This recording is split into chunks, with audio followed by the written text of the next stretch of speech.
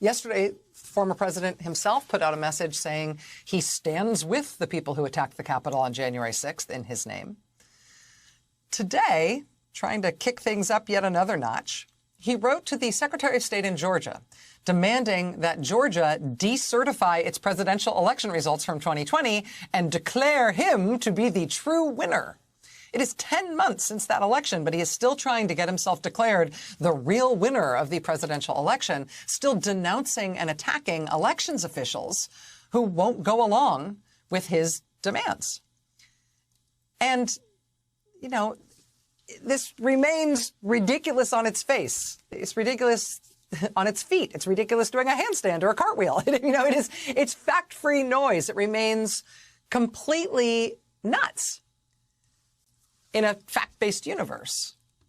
But it lands on the eve of another rally of Trump supporters who want the election overturned, who are celebrating the use of violence to try to overturn it in January of this year. This is happening alongside this now accelerating pace of Republican legislatures in Arizona, in Wisconsin, in Pennsylvania, taking apart the election results from 2020. Taking custody of the voting machines and the software, and in some cases, the actual ballots and the voting records of millions of American voters to try to undo the election results if they can, like Trump is still demanding to this day, to at least try to undo the sense that Americans have that the election result is a settled matter, and Joe Biden is the duly elected president of the United States. Every country around the world governs itself a little differently. Some better than others, some worse than others. And sometimes around elections, in fact, it is indeed awkward. But our system is going through something that it's never been through before. It is breaking down in terms of its participation in small d democracy on one side of our politics.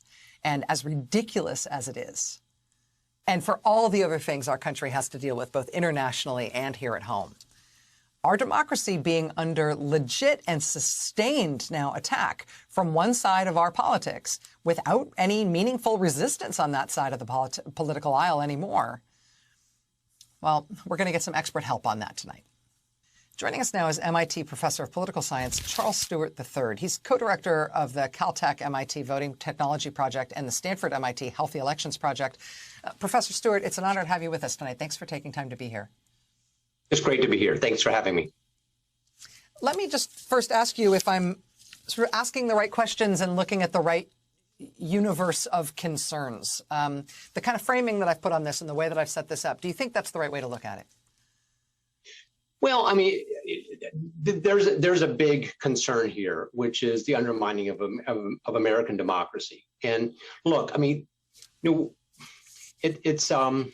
it's a commonplace, but it's fundamentally important to note that we're a nation of laws, not of people, and we have ways of running elections, and those are set in stone, and we run elections by those laws. We've done this for hundreds of years, a couple hundred years, and that's how democracies work, especially American democracies work. And what we're seeing right now is an attack on the rules by which we run our elections, and a systematic attempt to call into question the outcomes based on what? Based on no evidence, based on violating the rules under which the elections were run, and trying to run around, I think, the most important part of this last election, which is that elections are determined on the facts. And we've already had the facts determined. The facts determined that Joe Biden is president. And this current set of so-called audits, at best that are reviews, I don't know what they really are, they're not set at the facts, because the facts have been established. So they're really oriented around creating confusion in the minds of a set of voters who are looking to political leaders for assurance about the nature of democracy, and they're not getting that assurance. And that's a big problem, totally big problem.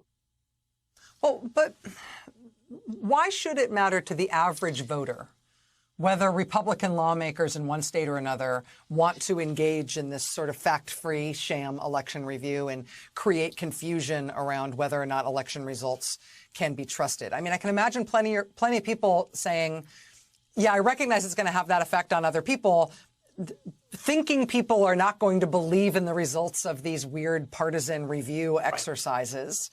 The people who are going to be persuaded by whatever's announced as the result of these things, they were ready to believe anything anyway. So, you know, what's the danger here? These are people who are already willing to be deluded or to just lie about what's going on. Well, you know, I think the danger is something that's oftentimes overlooked, that, you know, democracy is, you know, it depends on the trust of the people, but it also depends on election officials and the courts and, you know, the people in charge to do their jobs and do their job according to the law. And, you know, and doing that is a meticulous, fact-based process that's really hard to do. It takes a lot of energy and you're not paid a whole lot for it.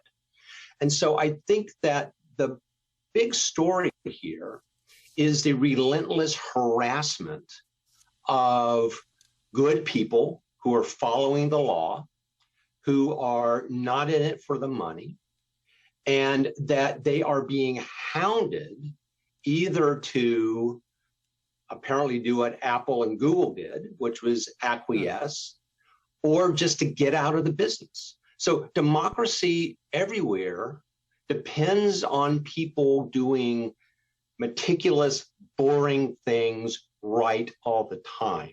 And to have this cacophony of subpoenas and doubts and death threats thrown at you constantly is wearing on the people who are the stewards of democracy. And I think that's actually the big problem. Imagine anybody trying to do their job honestly, and having your boss or having somebody in the next cubicle or somebody just down on the street yelling at you constantly. What are you going to do? You're going to get out of there. And that's what we worry about, is that in the long term, this process could very well run out of the elections business. People who have been conscientious, people who, you know, root for one team or the other, you know, in their spare time, but when they're on the job, they do their job well, and they do it as well as they can according to the law. And I think that the big story here is that they are in the crosshairs. That's a bad term to use, but I mean they're being targeted, and I worry that people who've been trying to do the right thing are going to be replaced by folks who are less experienced at best and have wrong motives at worst. It's a really important reminder that these systems that we talk about and that we treasure and depend on and think of as our political inheritance, these are systems that are only made up of people, and that people are susceptible to all these pressures, and they need to be protected. MIT Professor of Political Science Charles Stewart III. Professor Stewart, it's a real honor to have you with us. As I said, thank you for taking time. Thank you for having me.